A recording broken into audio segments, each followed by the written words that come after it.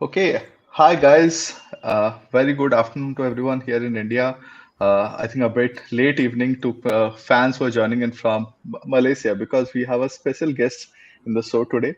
We have Joe from Malaysia, and we will really talk about talk with him about his FPL journey because he's a very experienced FPL manager. At least among the three of us, he's been spending his time on the fantasy games for some time now, right? So if you see the introduction we have for Joe, Joe comes from Malaysia.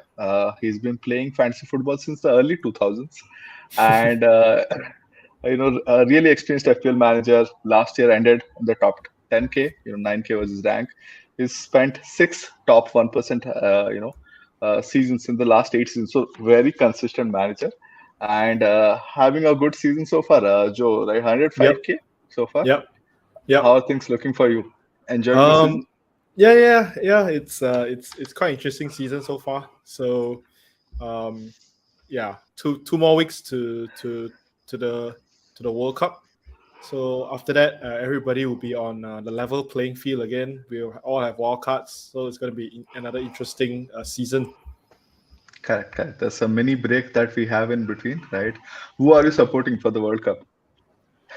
Uh, I mean, I'm not sure, but I actually really like the Denmark jersey, so I actually pre-ordered one. Okay, Yeah, because it looks really good. So I guess probably I'll be a Denmark supporter probably. okay. That's nice. That's nice.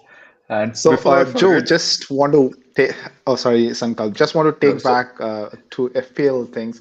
So, just want to know, how did you get started with FPL or probably fantasy on the whole? So, Mm. how did that interest come into you?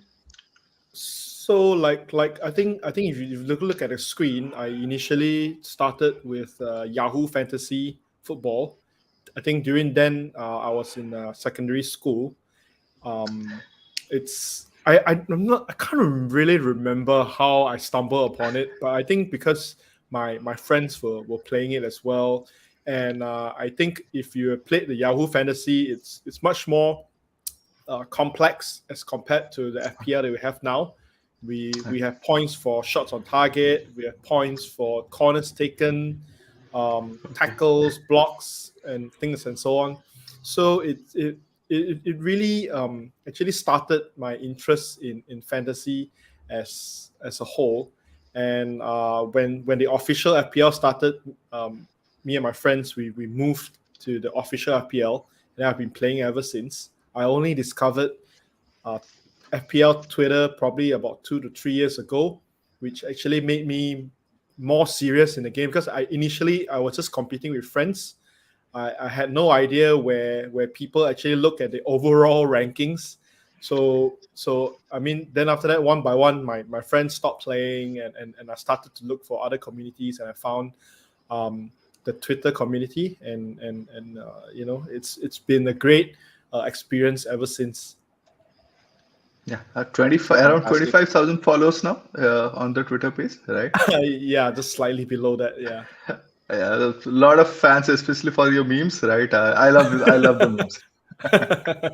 I mean, the memes part is probably I just started lately because I really a bit harder to find the time to actually do more content and more threads because um, probably because of work and so and also family. So when I mean memes is something that I enjoy doing because most of the time, especially when my team doesn't do well, I just want I just want to laugh it off, so just want Correct, to correct. share with the community. So true. Yeah, I mean, we all have that moments, right? Yeah. On Yeah, the entire season. Yeah, definitely. As Sankalp exactly. rightly mentioned, it's fantastic to see those memes as well. I recollect the interactions that I had with you. Probably, uh, I'm not sure if you remember. We had spoken in a couple of spaces when the whole spaces thing was booming a Oh, few years yep, back. yep. So that was really good chat. Mm-hmm. So it is fantastic to have you here chatting with us today. Yep, no problem. Glad to be here. And we have with us Aditya as well. Aditya, how are you doing? Yeah, I'm doing great. Finally, it's been a great time for me to sit and listen rather than kind of do the bulk of the hosting things and like asking, hey, how it's been, what you're doing, how it's going to go, and all those things. This time I'm Okay. going to sit back and allow Sankalp to take care of things. But yeah, I mean, it's great to have Joe here this particular How episode, and yeah, how was actually, your we got FPL? a lot of. How was your team last week? Yeah, I got in Darwin for Firmino and. I don't want to talk more. I mean, like the last minute Okay. drama of Haaland and Foden, and it's still hurting me because people. Buna's fake news is one thing that turned out to be right. It's also another thing. Oh And yeah. For good, I mean, despite we know him for a good time now, despite that, I blocked him for quite a while now because I fell trapped for once or twice. So I wanted to, stay away from that panic attack going into the Yeah. deadline. Yeah. Yeah, Muting doesn't help. I mean, No. I was actually live on a deadline stream of FPL expectations last week, and I literally got trolled by Buna's news live on stream, and the worst thing is it turned out to be right. So it's like even more panic after that. Yeah, I mean, like last week was a real panic, and I think we can expect similar tomorrow. Yeah. Yeah. Given the max, Oh yeah, definitely. given 2-3 matches are together, right? Yeah. Right. So let's move on to the next slide, and let's. So these are the talking points for today. We'll start with game week 14, some key takeaways. What were our key observations from last game week. Then we'll start looking at the transfer trends, the transfer ins, the transfer outs. Where are the guys moving? Where is the mass moving, and whether it makes sense. Then we'll start with the fixture analysis for the next 2 weeks. This time we are looking at 2 weeks because we know quite a few of you guys have two free transfers, and with the World Cup starting, this is like a mini break, and we have all of us have a wild card at the end of game week 16. So makes sense to start setting up your team for these two game weeks in particular. Then we'll move on to the rolling XG trends. Thanks to FPL Chase, who's did a fantastic analysis of 10 weeks rolling XG, both considered as well as attack. And then we'll end with the Q&A from people who have put on the questions in this channel. So in case you have any questions, please feel free to start putting it to the in the comment section, and we'll pick it up. Or else we'll obviously pick up the questions from our Instagram handle as well. And then we'll end it with our bus teams, right? And hope and pray that the next game week at least is better than the last one. So these are the game week 14 results, right? We started with Man City match, who had a close match. I think a lot of us expected more goals from it, right? Just Mm-hmm. 1-0 out of it. Again, Foden was benched. Foden is peak FPL news that we have. All of us moved out of Trossard to Foden couple of weeks back, and then all we see is Foden getting benched again and again, right? Spurs managed a turnaround, but they're not looking good for the last few weeks. Right, they managed to beat Bournemouth very late into the match. Brentford, Wolves 1-1 draw, not much to talk about. Brighton with a 4-1 win over Chelsea. We had Potter coming back to Brighton. We had another defender, Mr. Cucurella, coming back to the same stadium playing Brighton, and what a massacre, right? I think we'll start with the Brighton match. Joe, what are your thoughts on that match? I think Brighton played really well.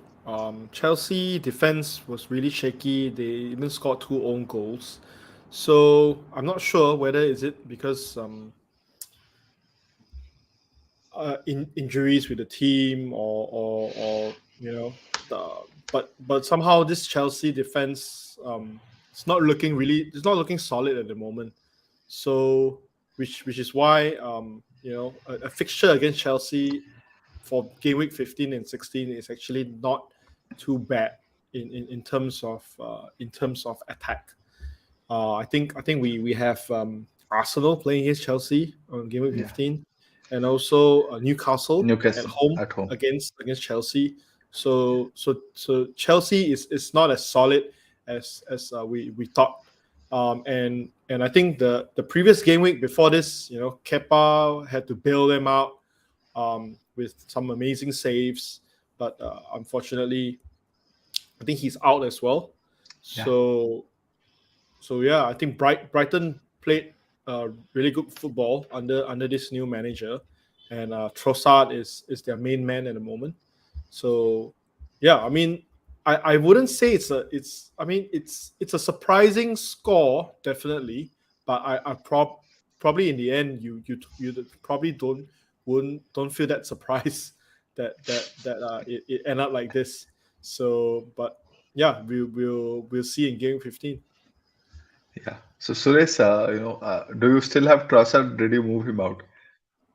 I'm doing the hockey cocky all this season, having the wrong midfielders at the All the wrong time? timings.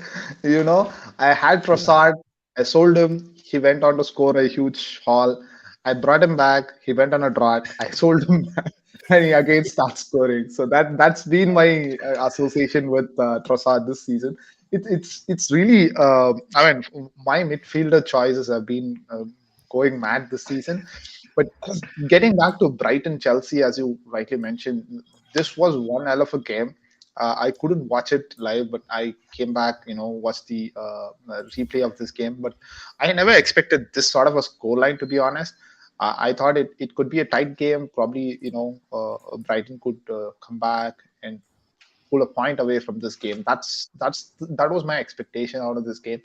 But to witness this sort of a scoreline and the performance that they have put and the sloppiness of defense, as Joe mentioned rightly, Mm-hmm. Chelsea defensive asserts are, not even a consideration from the FPL perspective as well. That itself speaks a lot, in terms of how they've been performing. But yeah, definitely, Brighton are one of the key teams to invest right after the World Cup. Probably, there's not many players who's going to go for World Cup as well, so that gives us opportunities to grab on to some of these players who are well rested and stuff. Despite the managerial change, their performance seems to be unaffected, and it is going one gear on the top notch. Yeah. Yeah, yes. The style seems fairly similar. Dejerbi, I think, has continued with the same style, maybe because he knows that he has very short window, so he's not making any changes. Maybe we can see some changes, his own imprint, post the World Cup. But for now, it's the same team, and we need to, give them a bit of respect at least, right? Uh, so next we have, I think, Newcastle Aston Villa. We didn't talk a lot about this match. I mean, we expected a clean sheet for Newcastle, but didn't talk a lot, right? Aditya, did you expect a Wilson, 19 point out of it? No, I think someone who got Wilson for a hit will give probably a better answer than me.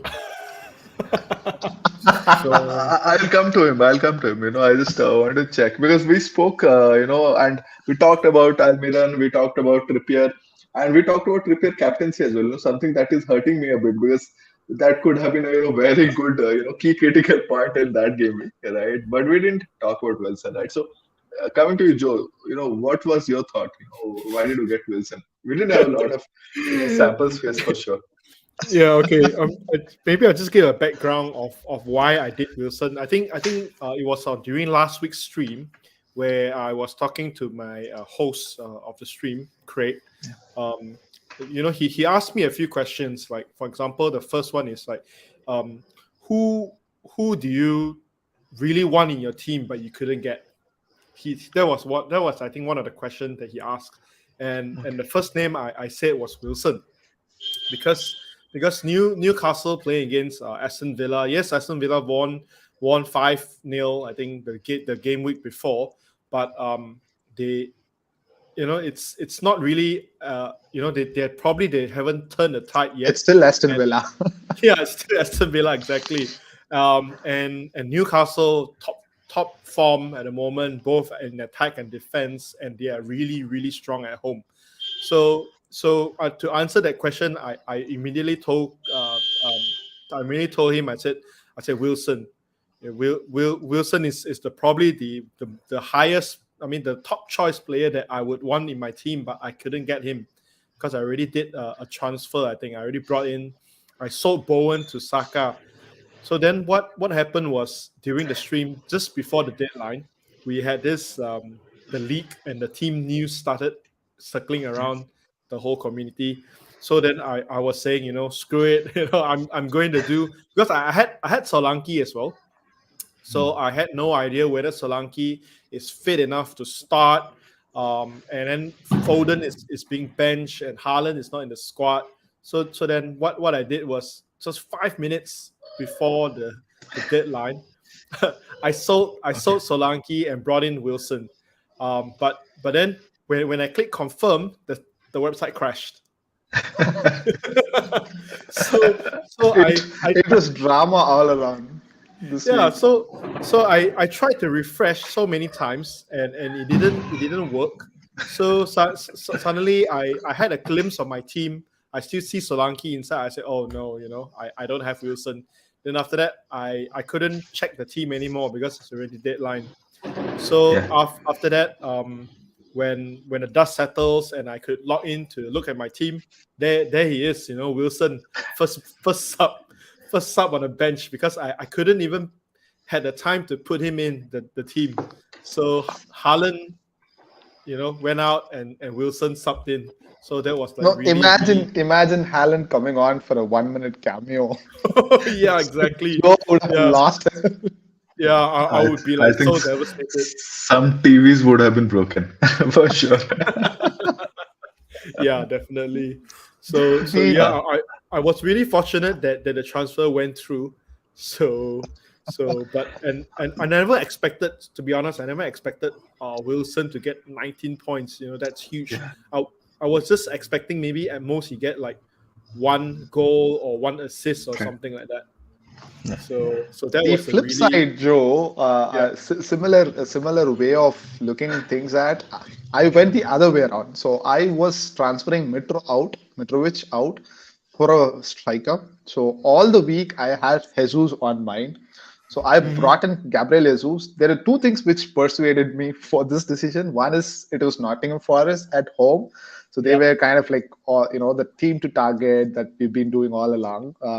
And that particular Aston Villa, the previous game week, which you talked about, the final victory, that kind of, put me at cover. Okay, probably they are on a managerial grounds, or they got rid of Gerrard. So probably they are going to come back and put things in place and going to do a stopgap until, Unai Emery comes in.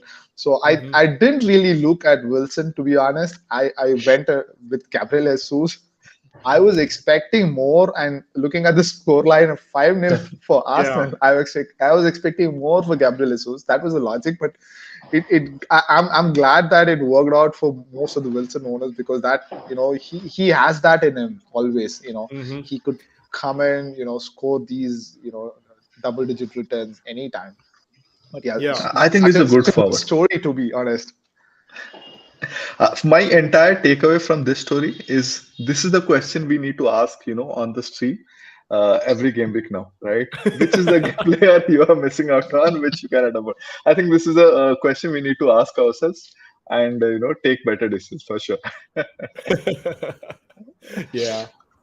I think one thing before we move on is that which I wanted to just say out quickly. I know there have been many managers also disappointed many other players last week, was the site crashing. And this has been really embarrassment. This is embarrassing also from Premier League and Fantasy Premier League, whoever are handling the back end in the cloud. Is that even last year we had a situation wherein the site crashed 10 minutes before and we had an issue. Yeah. The same thing that has happened now. So I think it's high time for them to fix and really see what is wrong with their back end, why the load balancing and all of the technical things is not working. Yeah. They need to do something, because there are millions of managers playing. It's $1 billion league. They're making a lot of revenue. If they can't fix a trivial thing like this, right, we wouldn't have to be at the mercy of getting in the players, sitting on the bench and missing out their points. So at least we need some tech advantage from their end. So they need to really see what's going on wrong. Yeah, I, yeah. And a I tip for our managers now is, take your decisions 10 minutes, at least 10 minutes before, right? Whatever information you have, just if you want to go with your heart, go with your heart. Or if you have limited information, just respect that information and go ahead. Don't keep it for the last minute, because I think in the last two game weeks, we'll have a lot of people, jumping in, making their transfers because they know there's a mhm. wild card coming in, right? So there's Yep. a huge load on the site, and whatever changes that FPL wants to make, I think maybe we can hope that they use this World Cup, time, this break, to make those changes. But it will not happen in the coming two game weeks for sure, right? So anything, it's better for us to be prepared, right? And anything that you have planned, just think out scenarios, and 10 minutes prior to the deadline, at least make your moves. Don't keep it till the last minute at least. Next up, we have Liverpool Leeds. I think this is one thing I'm pretty happy about. I did not have Salah captain. I had Kane captain. Didn't get anything, but I think we called this out during the last part that people are going, Liverpool Leeds match with the history in their mind, but Leeds will come with an agenda, and they will set up. They will try to counter, and they'll try to hit, because they are on survival, right? The coach is down to the bare, minimum. There was a lot of discontent from the fans, and rightly so. I think the team is good enough, the manager is good, and finally they were able to turn it around for a good, strong win. I think it was a good performance. I hope Leeds starts building on it, because they have good fixtures at least. There's some 20 picks we can talk about at least, in the coming section of the pod. And also, a lot of us like Leeds, that historical club, and a lot of passion from the fans, right? So I hope that they're able to turn it around a bit. So after that, Arsenal Forest. I think the Saka injury really hurt the owners, including me. But I'm glad to know, as an Arsenal fan, I'm happy that he's okay, and I hope that he starts the Chelsea match at least. United West Ham 1-0. We spoke a lot about Dalot in the last pod, at least.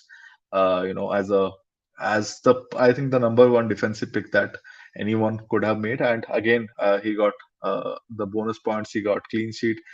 Looks like a really good pick. At least I know for sure in my World Cup, draft, post World Cup wildcard draft, he'll be there. Right. So looks good. Now let's move on to the next slide. The transfer trends, right? I think it looks fairly, simple to me. Callum Wilson, we have 830k, transfer ins. We have Almiron with 530k transfer ins. Trossard with 450k. So primarily, people are just starting to punt on the guys with form. And KDB starts, is making a comeback with around 260k transfer ins as well. No surprises to me. Anything to you guys, right? Anything that stands out? No, pretty straightforward, pretty obvious kind of a reaction that we could expect. The only caveat would be the little bit of doubt lingering around Callum Wilson, you know, if at all, if that, little yellow flag that FPL has put on him, that could be a little worrying Oh sign man. for Callum Wilson owners. But I fully expect him to start. I think Yeah. there So shouldn't be today we any got, issues. I think, the Telegraph journalist. He confirmed that he is fit. It's just that he has a bit of cold, but he's expected to start. I mean, that's the most, I don't think we'll get more confident, inputs from the journalist.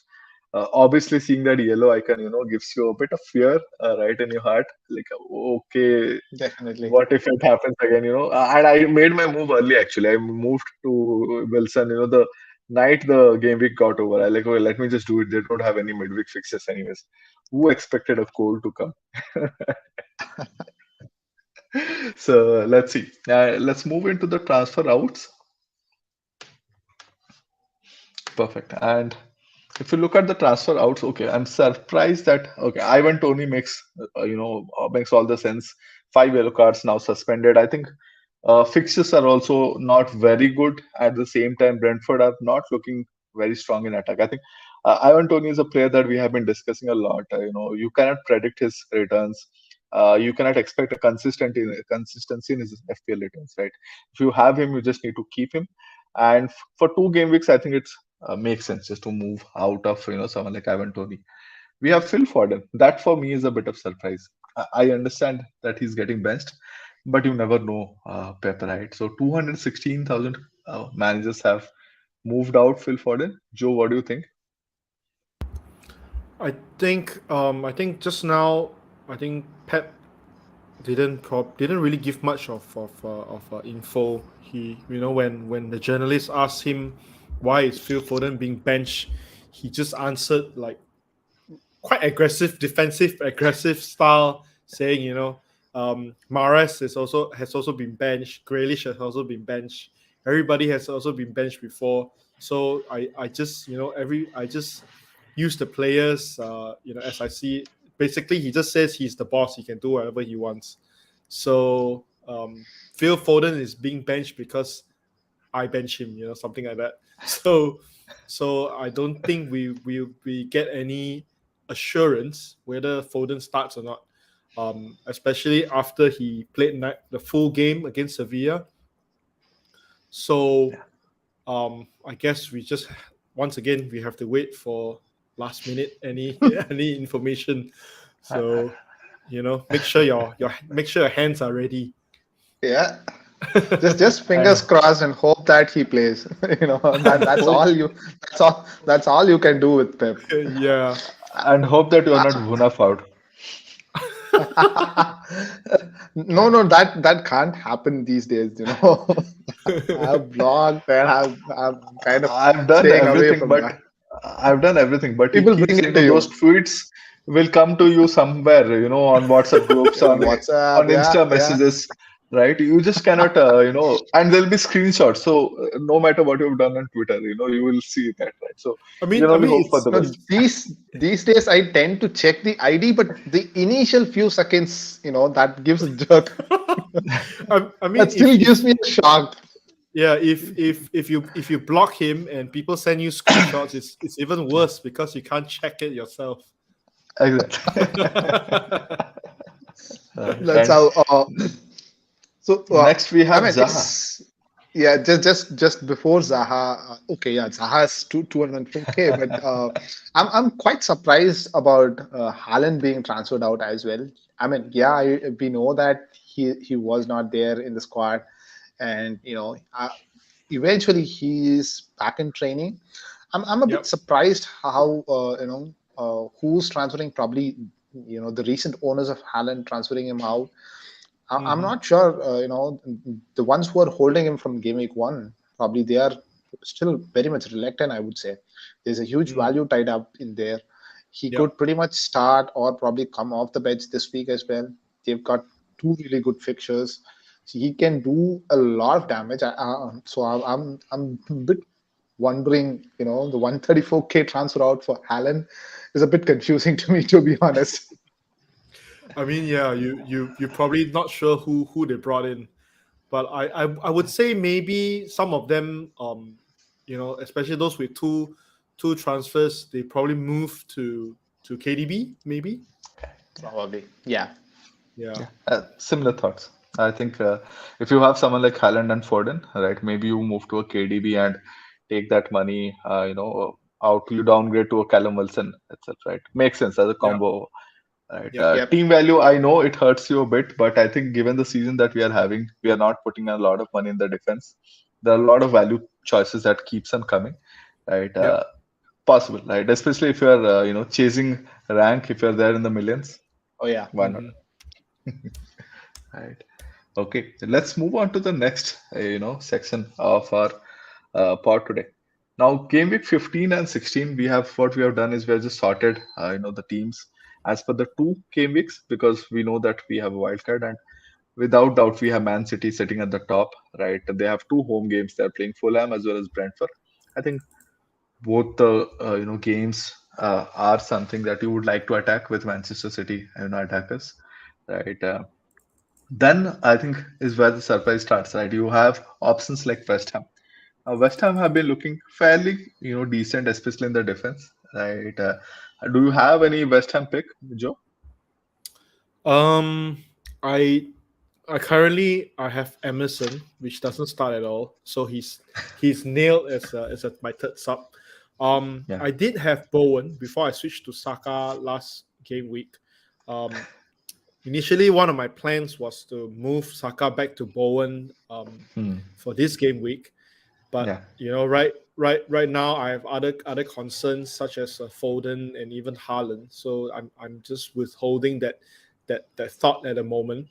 Another punt I would say you can go for is to sell probably like a Mitrovic to Skamaka, but the problem with Skamaka is that he isn't that he isn't his stats is not that encouraging for the past few game weeks, and also his minutes, he's not playing consistently the full game, Correct.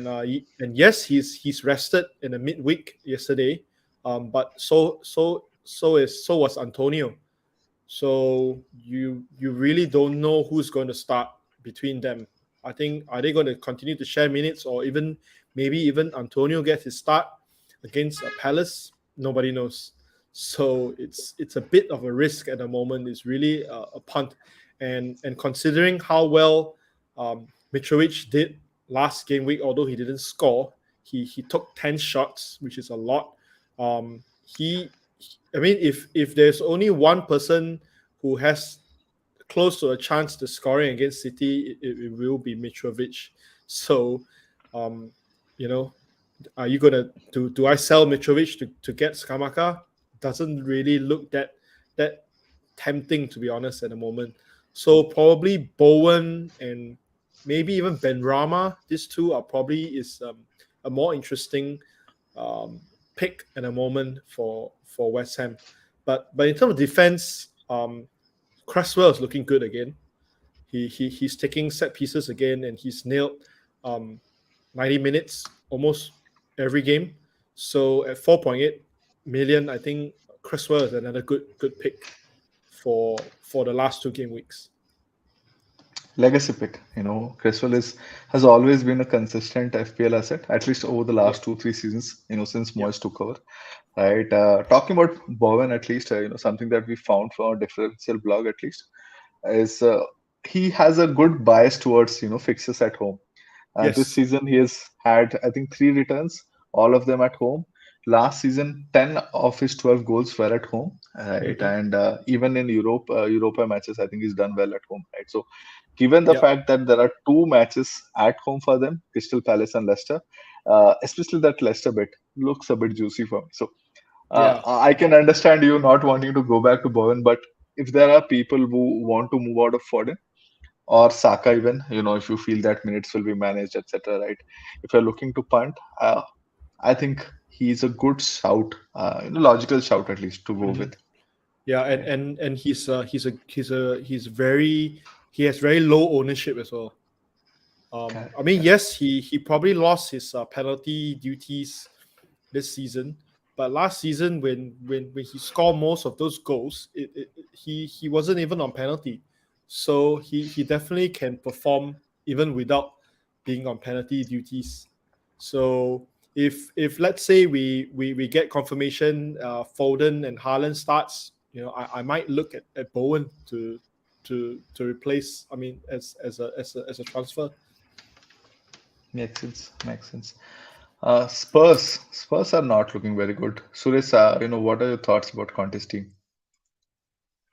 I mean, it all started with a pretty good picture about all Conte's win and all that, but the playing style has deteriorated, right? We've been seeing this off late. They've been turning into a very premium low block team, if I could phrase it that way.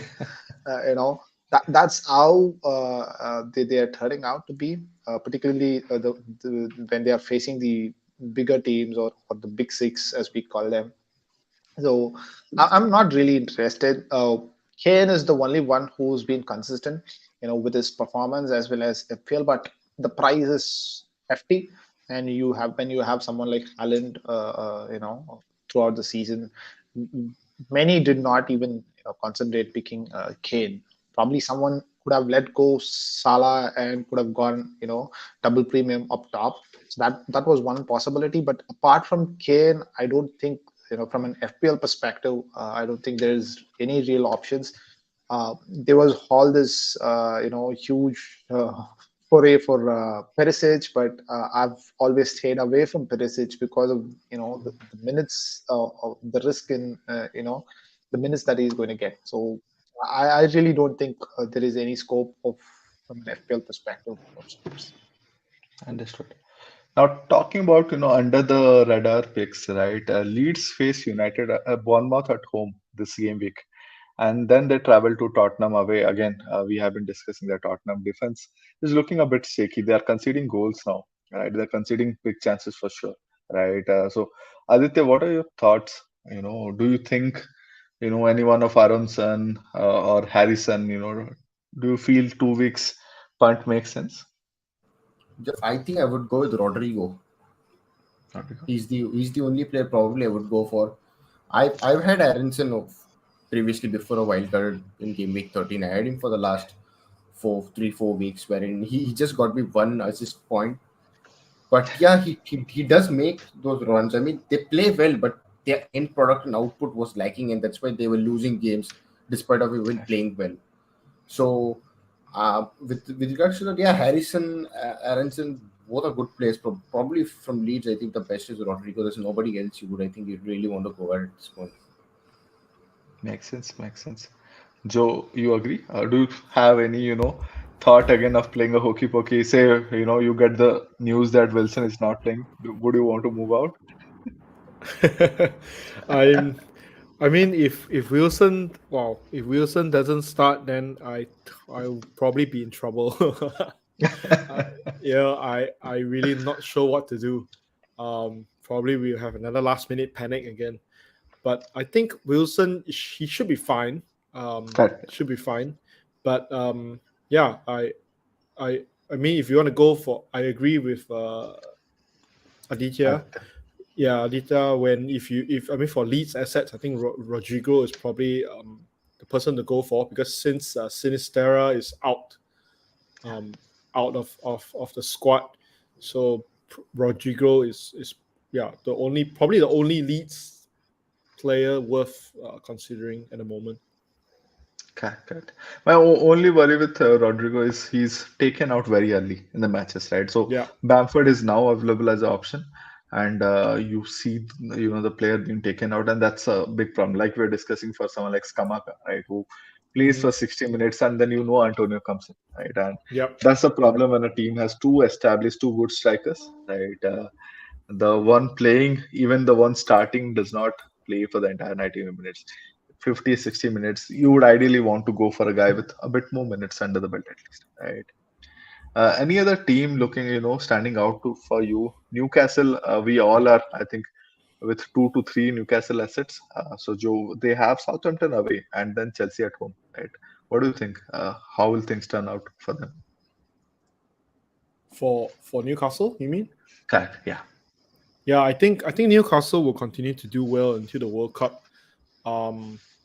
Yeah, I mean they will definitely. I think Southampton away is not a bad game for them. Southampton, they don't really score that many goals recently, and they concede as well. But I think at home to Chelsea is probably the interesting one. We can see whether they can go toe to toe with a club such as Chelsea. But I think it should be an exciting game. I would probably see goals in that game. But how many is it's another question. So that will probably be a game to look forward to before the World Cup. Correct. Makes sense. I mean, I think they are the most improved team in the league so far, right, compared to last season. Definitely. They have surprised a lot of managers, FPL managers, opponents. Especially in October, I think Eddie Howe definitely deserves, winning the Manager of the Month award, at least in October. Fairly consistent, fairly strong teams, right? Now, we'll go a bit further into our, content, and we'll look at something that FPL Tribe or Anuj has created, just for people, having a view. This is a macro view, right? Look at teams who have two good home fixes, right? We have been discussing City, we have been discussing West Ham. Both of them are two good teams, Now you can choose whether you want to go attack or defense, right? With City, you know you want to pick on the attackers. With West Ham, I think the defense also looks like a good option, but two home games and both look really appealing. Right? Then you have Nottingham Forest, which I don't think is an option, but you never know. People want to bet, they can play Neko, or maybe, there have been a lot of more noise now a bit around the forwards because they are scoring one odd goals, right? The ex-Liverpool academy, right? So then you have Wolves, again, not looking very appealing. Tottenham is the tricky one. Like we said, if you have the defenders, I think it makes sense to move out of the defense. But if you have someone like Kane, keep him especially for the Leeds game. Again, it might turn out very similar to the Liverpool one because I think Jesse Mars is a smart coach. He will know Mhm. not to want to attack Spurs a lot. He would want to give them a ball a bit because they are playing at home and rather, try and hit them on counters like they did to Liverpool, but you never know. Right? So if you have someone like Kane within your team, just keep him. But very difficult to predict, how things will turn out, right? Teams with two away matches, I think United is the one that is looking very, a bit under the radar to me. Now, something that we have not discussed, right? Joe is a FPL fan. Joe is a Manchester United fan. Right, Joe, so what do you think? Oh How no, will the next? I'm not a United fan, but my wife is a Okay, United fan. okay. But yeah, I think United they're really they're doing well. I think what they're doing right now is they're slowly tightening up their defense first. I think because in terms of attack, I think Martial is still doubtful. Injured. Yeah, Yeah. so they have to depend on Rashford playing up front, or even I mean Ronaldo hasn't been starting really in the Premier League, but I'm not sure whether this week he gets to play or not. But they are really they're looking more solid in the back, um, and it's I think it's a good. I mean, it's also worth considering for the last two game weeks. But I think after the World Cup, it's where their fixtures get more and more interesting. But definitely depends on how their players come back. How fit are they after the World Cup? So yeah, so that's one team to look out for after the World Cup. But for game Wi- week 15 and 16, yes, two aways, but they are both against teams like Villa and Fulham. Fulham, we know they are quite open at the back. So yes, although they are good in attacking, but they do concede goals. And Villa, is Villa. So Unai Emery is Unai Emery. so I think it's a good team to look at, uh, um, like players like Dallo and Rashford and even Luke Shaw. I think these three players are the ones to look out for if you are interested in a United asset. Okay, okay. Aditya, want to ask you because again, I am surrounded by United fans. Right. So if uh, if if with Bruno, I think suspended, right? Bruno is out of picture, right? Yep. Does it make sense to go for someone like Eriksen? Like again, feeling punty, right? And he's been playing really well. I think he's the one creating chances, right? Opportunities. Do you think he plays both the games in that number 10 position? A bit more attacking. Not both the games. I think if well with Bruno's not there, it's obviously going to be Ericsson, Casemiro, and Fred. I think probably, or Donny might get an outside shout, or McTominay. I'm not sure, but I think the player that I might really punt based on info would be Garnacho if you were to Garnacho. punt, Okay. because I feel Ronaldo is not playing well. We're not able to create chances. We are not scoring a lot of goals, even though Ronaldo is being given a lot of you know things put on his plate. Things are not going the way it should go, and attack is totally deflated. I would say I'm not very confident with our attack because we're not able to score goals. So defensively, yes, keeping your defensive shape and getting clean sheets is important in winning games, but you need to score goals. If you're not able to do that, then you need to fix. And I think pretty much the game last, or let's say early today morning, we are second in Europa League, so we have to play round of 32. So we had to score two goals to go through round of 16, which we couldn't. and we couldn't score 2 goals. So that's something is not right in terms of the way we are creating chances and scoring goals. So the scoring goals is getting a problem. So yeah, Ericsson, yes, obviously a great midfielder who can create chances out of nowhere, almost like KDB-esque player. So, but I think we need to see on Martial's fitness is one thing. Sancho, I don't know, has probably lost his place. He's Anthony also injured, was I heard, ill. right? He's Yeah, ill. all three are injury now. Sancho, Anthony, and So Martial. we So could possibly see the same front three play because I think we had Bruno playing up front today. I mean, the game against Sociedad. So that was a different way. So we might see Rashford, Ronaldo, Garnacho, depending on who's fit and who's not. I think even Ronaldo might be benched. Even I wouldn't be surprised if we see a very different front three going on. And obviously it's Unai Emery, and we know how he has managed in the Premier League in the past and how they play, how Arsenal played under him. So it's not going to be an easy game. And last time I remember at Villa, what happened out of nowhere, it was Coutinho and I think Jacob Ramsey who just turned the game around.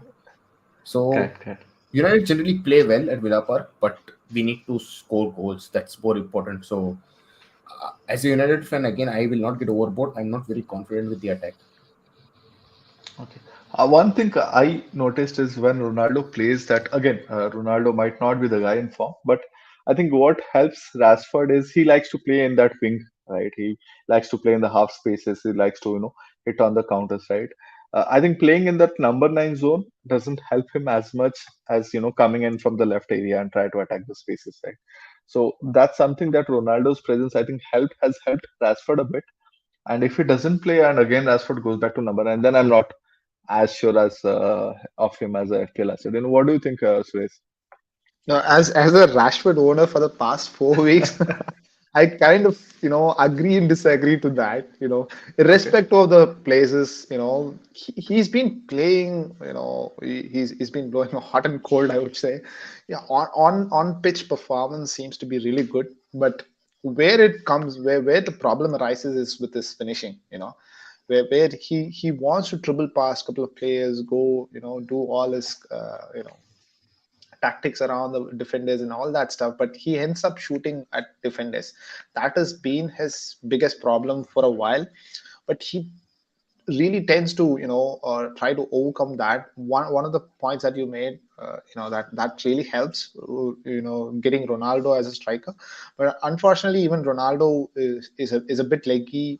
As Aditya mentioned, the whole team looked leggy last night in the Europa game, but that could play a huge factor whenever Martial is going to come back with full fitness and starting playing as a number nine. Probably that's going to help him hugely.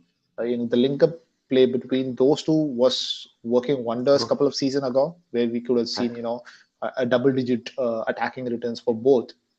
So that would be my take. But coming back to what you suggested, Ericsson could be a wonderful 1 week punt, given that he's going to start. He also seemed to be a bit tired last night, so the team news is going to be one to watch out for this week. As Aditya mentioned, it could be Elanga, it could be Granacho. So we never know who's going to be on that front three, but Ericsson could definitely play on that number 10. So he would be on all set pieces in the absence of Bruno. So that is going to be in his advantage. So definitely Ericsson could be a great 1 week punt. Sankar, just one second. There is Yeah. an interesting comment even in the chat about different opinions. This is the one which I'm going to pin out because since we're talking about Ronaldo, this one. So to give a context, I think Alex wanted to get in Ronaldo for Gabriel Jesus. That's what he's been trying to say, Okay. and it's thrown up to United fans to us, probably to me because I have been a bit negative, you can say.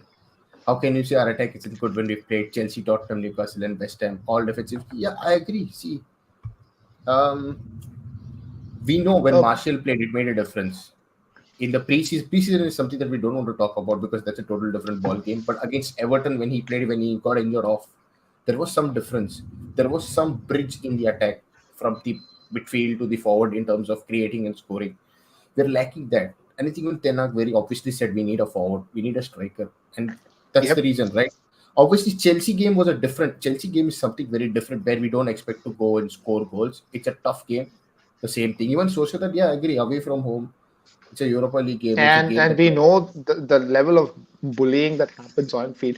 No, to simply put on what Aditya was stressing upon, when he says we're not very potent in the attack, basically we are not able to bulldoze teams like the likes of City or what Liverpool was doing last season.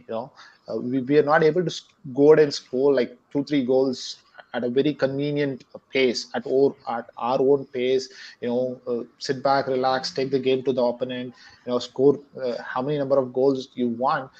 As Aditya rightly mentioned, the last night games is a classic example where we need a goal. We could have finished on top of the team. Yes, we have beaten all the top teams, be it Chelsea, Tottenham, even Arsenal. But the thing is that we couldn't get over that. I know, I'm taking a dig at Sankalp, but that counts, right? So the Yeah, matter it is does. matter of fact is that we are not able to score goals at will. It has been slender wins. I'm not discounting the win or the efforts that Tenag and the team is putting on, but it's a long way to go. Yeah. One thing to Alex, I mean, I love the punt, right? Jesus to Ronaldo. I think it's a fair punt.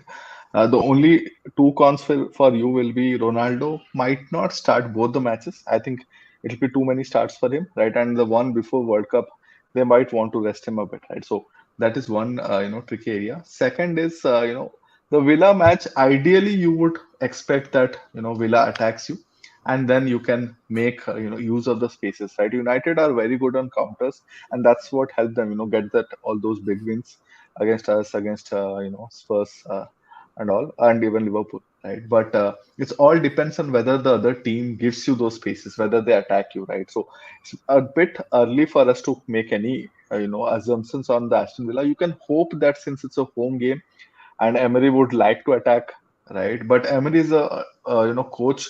A personal experience as an Arsenal fan is that he likes to set his team as per the opposition, right? So if Emery knows that our opposition thrives on spaces, his entire thought will be creating a team which does not give spaces, does not give you opportunities for counter. That is the only con. But I definitely feel that United will have a good match against Fulham because Scott Parker at home would like to dominate the space. That's a team that likes to have the ball, right, and tries to create something with the ball. And so I think United can hit back well on counters, right? Now, And one more Ronaldo is thing a to tricky add choice. on, yeah, the Yeah, one more thing to add on is Emery doesn't like United. you know, we we have been pissed poor facing his teams wherever it may be. he has a good track So record. that's we have a very bad track record against him. So that's something to watch out for. I Okay, want to add two things enough quickly of before we that. move on. Just two things quickly on Ronaldo, but just a summary. If Haaland was out, I was thinking of Ronaldo. That was something else, but that's not going to happen. If you want to go with Ronaldo, by all means, go take the punt. Last 2 weeks, go all out. Just see how it goes. World Cup is coming. Ronaldo has to wake up. So we could see different Ronaldo for the last 2 weeks. That's one thing. And I think Sankalp accidentally said Scott Parker. I was also confused from where Scott Parker came to Fulham. So Sorry. yeah, I got. Then I realized it's Marco Silva. So, Yeah, anyways, sorry, Marco Silva. yeah. Okay, Okay, I think we'll go to the next uh, segment. Yeah. we'll go to the next segment and try to close it soon because we also have a Q&A, right? So I think we are a bit late. United fans got us stuck into this discussion. Right, okay, now looking at the XG calendar, right? I think small observations. I think Newcastle is there second when it comes to the month of October, right? A rolling XG calendar of 10 matches. 1.8 XG is the PSN, right? We are looking at Newcastle defense, but a lot of us are not moving into Almiron, Wilson. Right? This now gives us a good sense of Newcastle. Joe? Sorry, you start. Yeah, okay. So I think if you look at the rolling average, Newcastle is looking really good. They are slowly improving, and if you compare to, I think they are probably the one of the only team that is really, you can see the the rolling XG slowly accumulating up, and right until October, where Almiron suddenly goes crazy for the whole month. So as I mentioned before, I can still see them keep up this form, especially if Almiron and Wilson continues to do what they do, and also if they can utilize Saint Maximin as well, because we still remember that he hasn't really featured much lately. So I think Joe Linton is suspended, if I'm not mistaken. So Yeah. we could see Saint Maximin coming on, and creating even more havoc for the opponents. So yeah, the last two games, I think it's good to have at least two or even three Newcastle players. Right, right. Good to see Liverpool still maintaining the metrics, right? We have been on and off Liverpool assets, but I think the underlying metrics still remain strong for them. 1.8, very Mhm. fairly similar to Newcastle, better than Arsenal and United, right? So it's we will look at the defensive side of things. That picture might be a bit different, but I think attacking wise they are still creating. It's just that it's a bit difficult But to predict kind who. of little bit deteriorating, if I Yeah, have to slight Yeah. say, changes. Correct, correct, correct. Slight changes. but still on the top tier. Yeah. Yeah, yeah. But very difficult to predict who gets at the end of those chances, right? Sometimes it's Darwin, sometimes it's Salah. Mhm. The Tell me about formation it. keeps changes. The formation keeps changes. That's my only, worry that forget the fact that both of those strikers, be it Salah or Nunes, they're not exactly firing.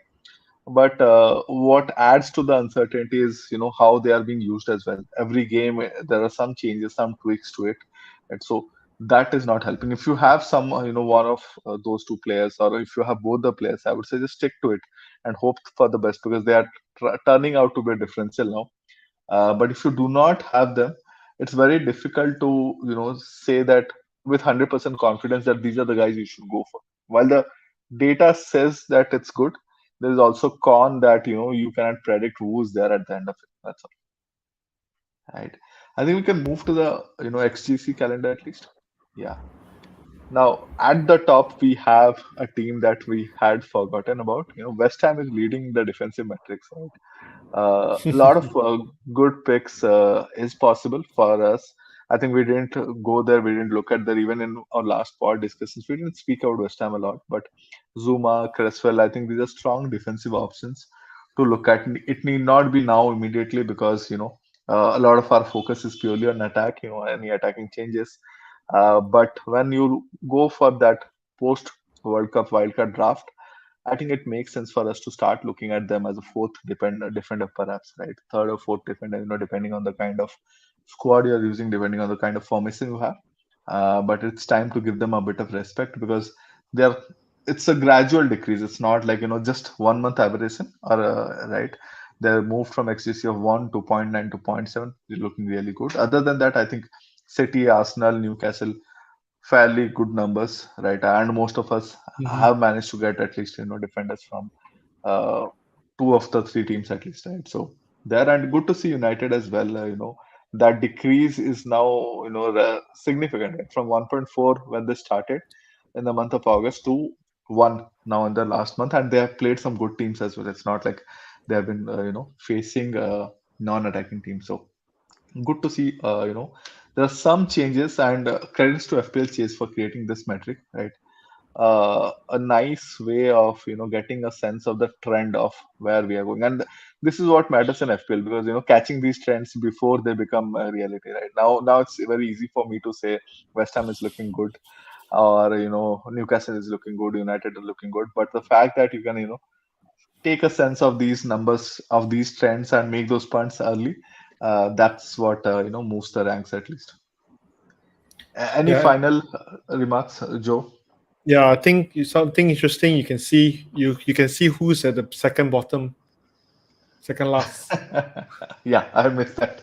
Yeah, so they are not doing well defensively at the moment. Chelsea. So it's like I said, it's against playing against Chelsea is not exactly I mean, it's quite a decent fixture. Yeah, so it's no hurry to remove those players. If you have players playing against Chelsea. Yeah, yeah. I just want to add, talking about Liverpool, Liverpool are the team which has, in the month of October, created the maximum number of big chances over the last 6 weeks, I think. And they have also conceded the maximum number of big chances, Yep. right? So you Yep. can see that gradual decrease in the, defensive metrics as well. So if you're thinking of going for a, last week punt or last couple of week punts, I would say just do not go there, right? A lot of uncertainty around formations. And I think Klopp has started putting the focus more on attack because the attack was not gelling once Nunes came in Mm-hmm. and once those injuries has come in. So that defensive focus has gone away, and you can see that in the underlying metrics as well. Right. So I think with this we have more or less completed all the content that we wanted to share and discuss with you guys. Let's start with the Q&A. I see a lot of questions already.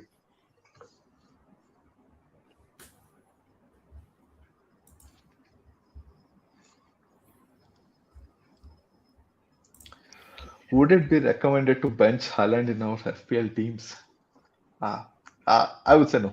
Why take that risk, right? Fulham concede the maximum amount of chances through the central areas, and Mm-hmm. Haaland just sits in those the last positions, sitting to pray. Even a 15-minute or 30-minute Haaland entry, or if he gets that final 20 minutes, I would still expect him to get something out of the game. I won't bench him. I can understand someone not captaining him. I did it last week, didn't pay off. You can take that punt, but benching him feels a bit extreme. You never know how badly it can go. Knowing Pep, what he does, it's so unpredictable, right? Mitrovic or Neko Williams start? Aditya, what do you say? Who should we start this Hmm. week? I don't know what's the issue with Neko Williams. Is he definitely playing, or he just there's some kind of rotation here and there again at Forest is what that puts me off sometimes. So I probably would go for Mitrovic, even though he probably has the best chance of scoring a goal against City as what we were discussing. So I think Yep. that's the best gamble you would go for rather than playing Williams. Yep. Makes sense. And also Mitrovic is on penalties as well. So You never know what comes out of. yeah. Bowen or DCL for -4, Suresh? Oh, Bowen probably. DCL is too early. You know, still even I probably two good home fixtures, but -4 is a bit of stretch. But yeah, if you want to crack away from the template and take a gamble for a couple of weeks, why not? Bowen the bigger attraction to you, right? Yeah, definitely not DCL. Makes sense. I have made my two transfers already. Tony, Eze, and Almiron. Tony and Eze to Almiron and Wilson. Okay, he's gone to double Newcastle attack now. Would you remove Saka or Foden? Would you go to someone like Bowen, Madison, Benrahma, Trossard? Joe, what do you say? I mean, it really depends. I probably wouldn't remove Saka because since you already done your two transfers, only if Foden is bench, you probably would consider to go for. I mean, to take a hit. And out of those players, it's close between Bowen and Trossard for me, but I'll probably lean on Bowen as well.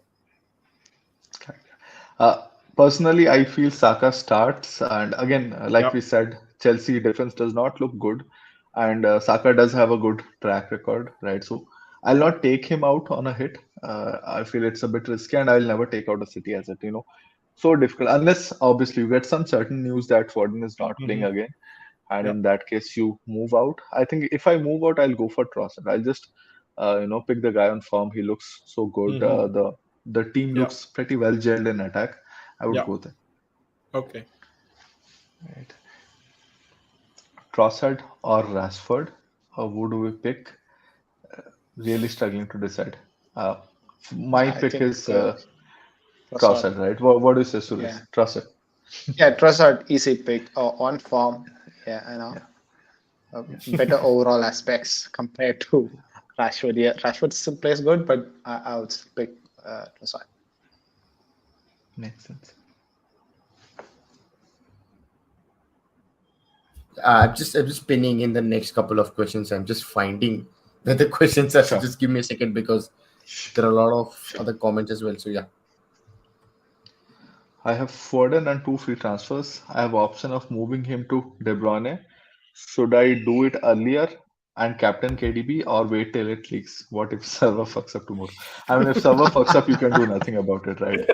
You can hope to be as lucky as Joe was last game week, but you can do nothing about it. Yeah, I think stick to what Sankalp told earlier in the stream. Probably 10 minutes before the deadline. That's a good amount of time to do your transfers. Even if the server goes down, probably you get a little bit about time to for things to come back to normalcy and do.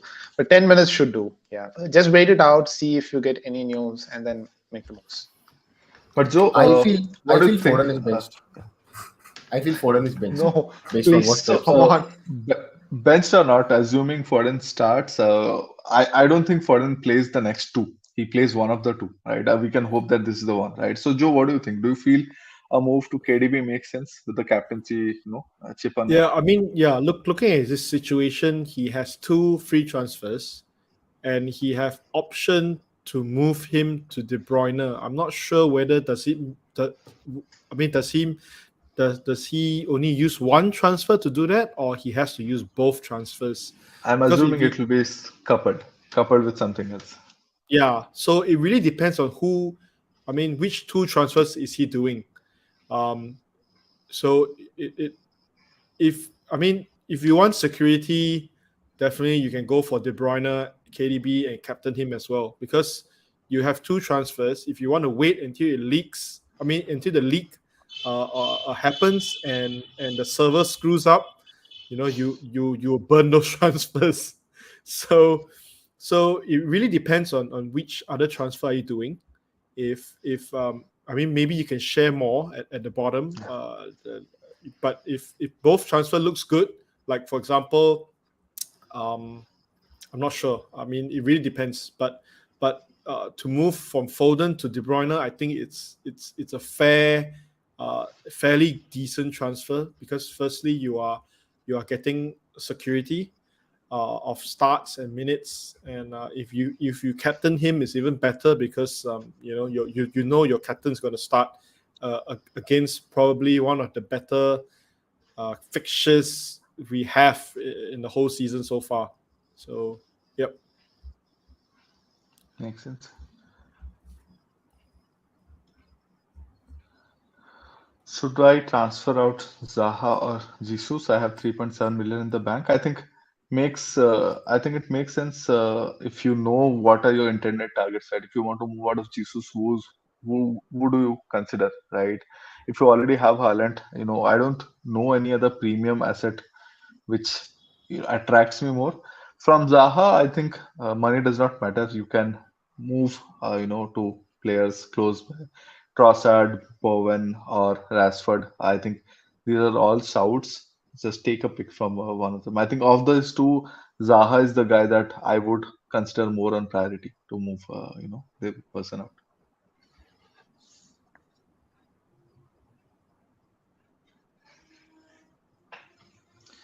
Okay, this is an interesting question, and we have not touched upon the goalkeeper.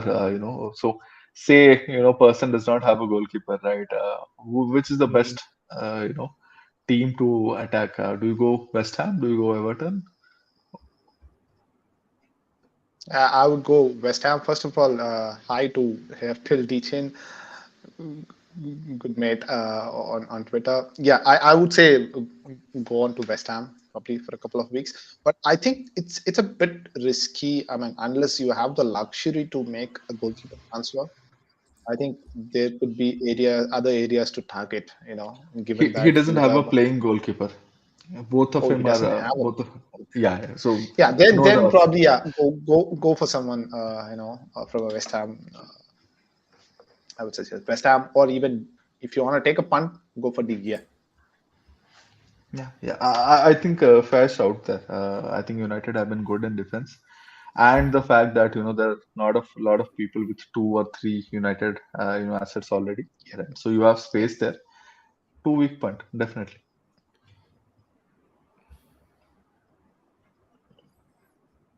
Remove Martinelli. No, why? I mean, he's a guy who's giving you points, right? And I think ROI wise, he's still proving to be a good option. Right? Like we spoke, Chelsea does not look very good. Wolves have been struggling as well. So I don't think it should be a priority transfer as things stand. So here's the, I think, follow-up answer of removing Foden out with 2 transfers is that he's going to get in KDB and Bowen for Salah and Foden out. Okay. I think I mean personally, just to follow on that, I think those are really quite good transfers. It's if I were to have 2 free transfers, yeah, it's worth considering because both KDB and Bowen, they both have 2 home games, and KDB is secured to start most probably both games, and really good fixtures. Number 1 fixture for City, and Bowen both 2 home games as well. So yeah, I think I would probably do it rather than waiting for any last minute news. Makes sense. Which keeper should I take? I If think, you have the luxury, go for Edison. but if if you you have have the that funds-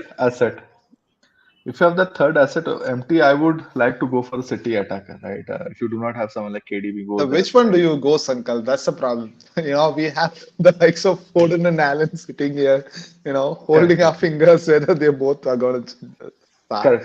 Correct. But yeah, jokes apart, if you just want to, punt on a goalkeeper, between those two, I think Edison is the easier choice. Yeah, sure. It's very difficult to predict Brentford, the way Brentford shape up. I have had Raya for such a long time. Some weeks have been really good, some weeks have been, almost 0 or 1 pointer. You just take it on the chin, but over the short period of time, I think Edison makes me more sense.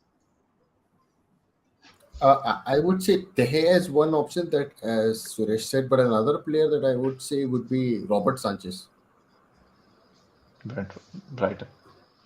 Yes, for the price, obviously, and you can spend it out elsewhere and improve your midfield attack if that's the case, rather than going for Edison. Just see whatever works out. So let me see. Yeah.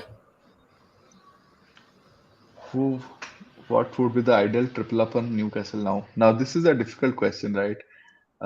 We have been discussing so much, but I think most of us would like now looking at the way things have shaped up. I think Wilson, Almiron, and Trippier makes the top 3 choices for me. Yep.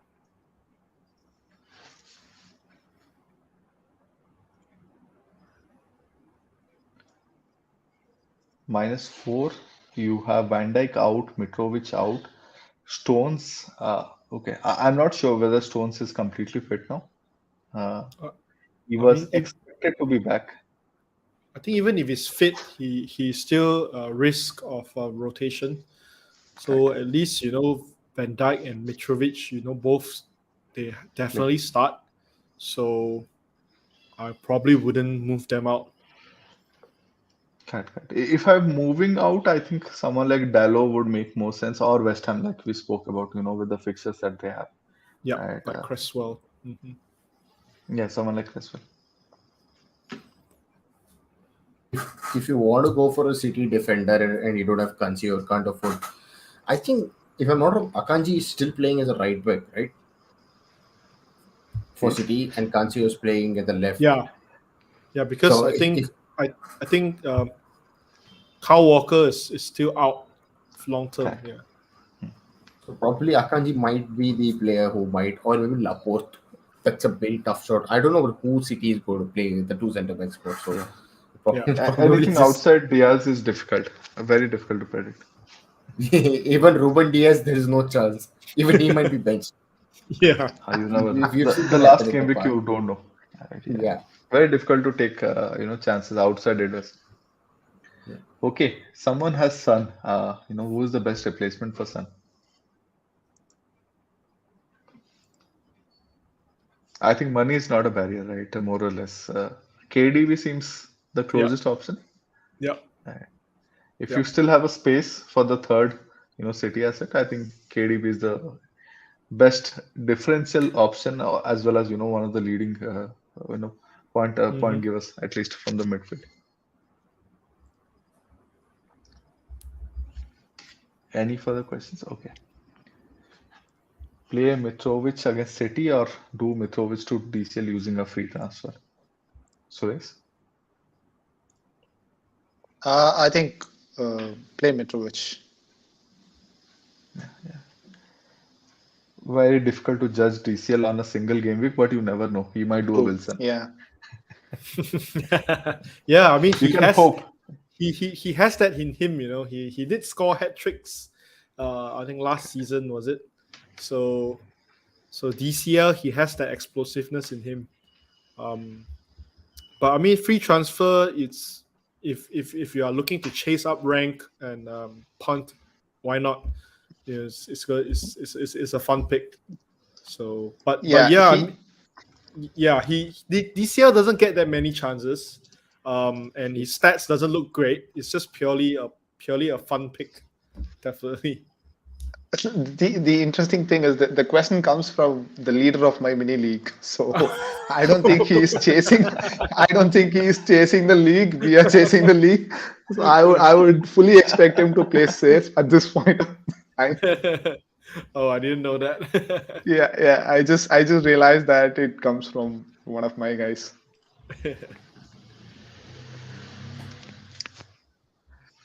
Bench Martinelli or Trent. Oh, that's a trick. I think if you have room, play both. I would say. There are chances for returns for both. I would suggest. Yeah, possibly I think play both, but if you have to select one, I think Liverpool metrics are a bit shaky. It's first at home. They might get a clean sheet. It can very well be a 0-0 kind of a match, but it's possible that Conte, team sneaks in one like they're, pretty much capable of doing. They have been doing for the last 3-4 weeks now. So if I have to pick one, I think I would go with the midfield. Okay, let me throw in one live question here. Would you start Gomez against Tottenham away, or would you start Nico Williams? This is my from my own team. Oh, Gomez. Does he even does he even start? That's the question. Ideally he should not, but I'm not sure whether Liverpool still has any option. I mean, I was just gonna say that. I mean, Konate is back, right? He did play against Napoli, so in the Champions League. Yeah. Makes sense. Even Neco Williams, I think, is not a guaranteed Nico starter, Williams but might sub in for Gomez. That might happen. But the fact that I think Renan Lodi was really, really poor against us, I think that might give you something, out of Neco Williams. If he starts, he can give you something, right? So For me, the flip side is I'm looking. Ivan Toney is not there for Brentford, so probably that's one less tension. Expecting goals out of him. So I put Nico Williams at this point of time in my bus team, but I'm just wondering if I have to replace him with Gomez instead. Oh, enough of my team. Let's go for the questions. this is the last question, guys. I think we are already 18 to 20 minutes over time. Let's close with this. So, considering Saka is away from home, would you transfer him out or keep him and transfer out Foden for Trossard, Bowen, or Rashford? So, one of these guys they want to pick. All three seems good out. Which is the one player that you would like to move out, Saka or Foden? Who's the priority? I think this question has been posted just now. I probably wouldn't remove Saka. If you don't want to wait for Foden news, I'll probably remove. I mean, it's tough. If you can wait for news, I would strongly suggest to wait for the news. If you really want to make a transfer out, then it'll probably be Foden. I think because I can see Saka should start against Chelsea. So if you really have no choice, then probably move Foden out. But whether for Trossard, Bowen, or Rashford, since you're removing a City asset, why not consider another City asset like Bernardo Silva, maybe? I smiled because I had him for a lot of weeks, and 2 weeks back I sold him on a hit for Foden. The week he gave 2 assists, so that's the only reason I smiled. That's FPL. That's FPL. That's FPL, right? So, yeah, I think it makes sense for you to just wait it out. The pro with Foden is he's playing for City. And the con is he might start only one of the two. Even if he starts this week, he might not start the next. So with this, we'll move on to Joe's team. Joe, how does the team look? Yeah, I mean, this is currently my bus team. I think Haaland, he should start, so the captaincy is on him. But yeah, I'm just waiting for Foden news. If Foden starts, happy days. I can probably punt, Saka to Bowen maybe, or I can even roll the transfer. But if Foden is bench, then I'll probably have to think of alternatives. Yeah, but if we don't get any news, then I'm stuck. I don't know what to do. So maybe I might still go for Bowen. Maybe. Okay.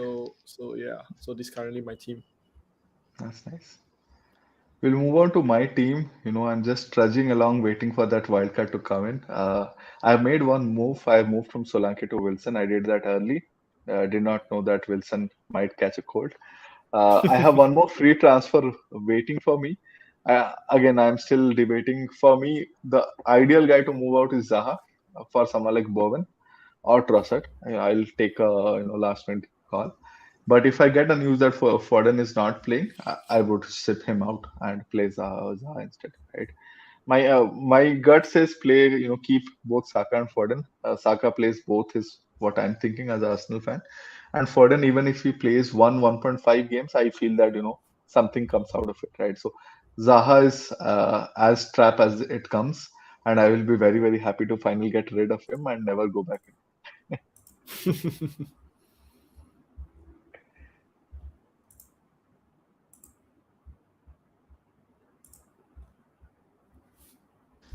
Okay, my team. I'm yet to make a transfer. I still have Ivan Tony problem to be solved. So I have no clue whom to get in. I'm still, probably should have gone early for Wilson to catch up the price rise, or to take the news and wait it out. Wilson probably is still might end up doing that as a top priority, but there is very limited number of choices for me, to roll over. Either I have to go to someone like Skimaka as a 2-week punt, or else I have to go template picking Wilson. So that's the only transfer options that I have. The bus team captain is currently on Foden. I might flip it back to Haaland, or depending on who's going to start. If both are going to start, I'll flip it back to Haaland.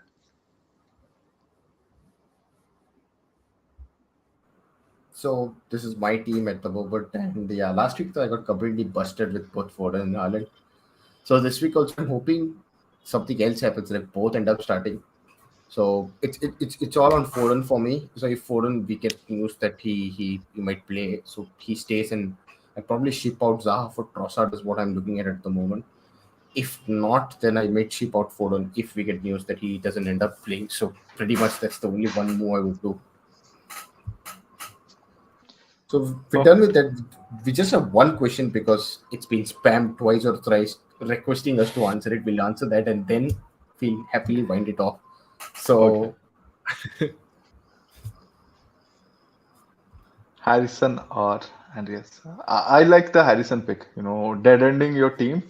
I feel that it's at least this week. There's something a good feeling about it. They are playing Bournemouth at home and they are really looking to come back strong. That comeback factor is something that I really like. So I feel he is more attractive as an option than Andreas, at least for this week for sure. Next week again they're playing Tottenham, so you never know. Andreas is a good long-term pick, but given the fact that we're just choosing for 2 weeks, I think Harrison makes a bit more, has a bit more attraction factor to it. Yep. Cool. Thank you, guys. Thank you so much for a long, pod. Game week 30, game week 15. I think it was a very good pod. Thank you so much, Joe, for coming down. Right. No problem. Sharing your inputs with us. It was so nice, talking to you, coming down face to face, having interacted with you on Twitter for the last 2+ years now. Right? So Yeah. really good to have you here. Right. Yeah. Thank you for having me. Yeah, it was a rather nice session to chat with you guys, and to just talk about FPL and football in general. Okay. Yep. Cool. So thanks a lot, guys, and our best wishes for the game week 15. Do well. Yeah, you guys too. Have a good weekend.